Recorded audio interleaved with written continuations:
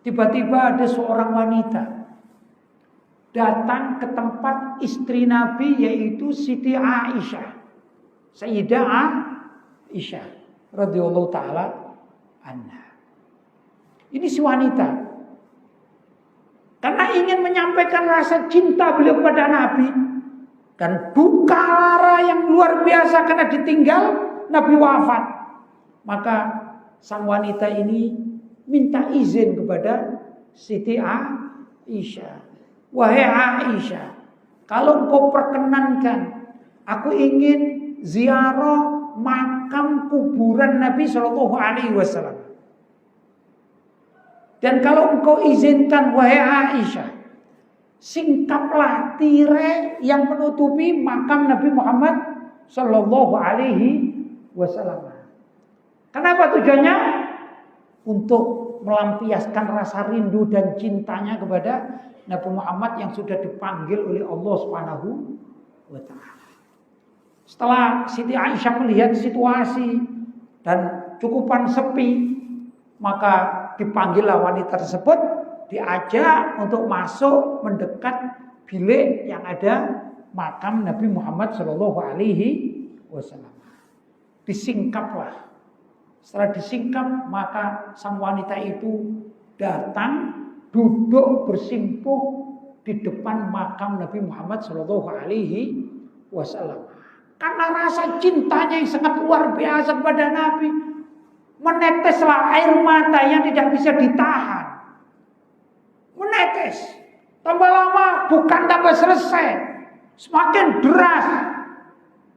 Ini apa? Sang wanita memikirkan, kapan lagi aku akan berjumpa dengan Nabi, karena Nabi sudah dipanggil oleh Allah. Sampai Siti Aisyah ini merasa kesulitan, ya ikhwan. Akan ditegur, orang ini masih menangis. Seperti kita kalau ada saudara kita sedang menangis karena kesedihan atau apalah gitu ya, kita akan menegurnya kan, nanti dulu biar reda, biar selesai. Tapi wanita ini semakin lama bukan semakin selesai menangisnya, semakin tampak rasa rindu, seakan-akan ingin mendekap itu makam Nabi, mau didekap, mau didekatkan kepada dirinya. Kenapa kok begitu? Karena mahabbah, rasa cinta kepada Nabi Muhammad Shallallahu Alaihi Wasallam. Semakin lama itu saya katakan emosi itu ada yang positif, ada yang negatif. Kalau emosi yang negatif itu ada orang marah-marah, ada orang lempar ini, lempar ini, emosi, dibuat marah, emosi namanya. Itu emosi yang tidak baik. Tapi ada emosi sesuatu yang diinginkan tidak tercapai. Kadang-kadang timbul emosi sehingga jantungnya ini berdetak kencang. Contoh misalnya begini. Saya misalnya tak bisa berenang. Saya naik perahu atau kapal. Saya bawa anak. Anak saya jatuh ke lautan. Gimana saya sebagai seorang bapak? Sedih kan? Mau terjun saya tidak bisa renang, takut. Minta tolong orang, gak ada yang mau nolong. Maka timbul emosi, tapi emosi ini bukan marah kepada orang lain. Kadang-kadang marah kepada dirinya. Kenapa kok aku tidak bisa menolong? Padahal ini adalah anakku yang aku cintai misalnya. Apa yang terjadi, Pak? Biasanya detak jantung ini kemudian semakin memicu, terpicu.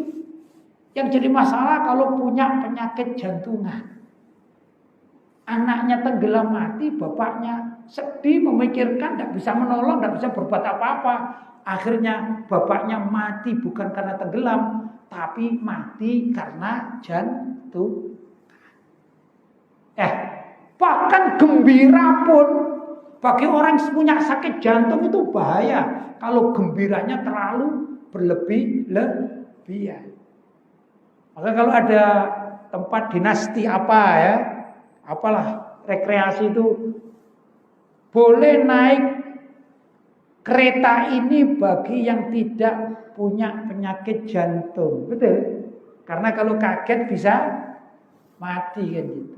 Nah, seperti itulah kira-kira sang wanita yang datang ke makam Nabi Shallallahu Alaihi Wasallam semakin lama semakin menjadi dia rindunya, emosinya juga, tapi emosi karena cinta akhirnya dipanggil oleh Allah SWT, inna lillahi wa inna ilaihi roji'un, meninggal dunia di depan makam Nabi Muhammad Sallallahu Alaihi Wasallam.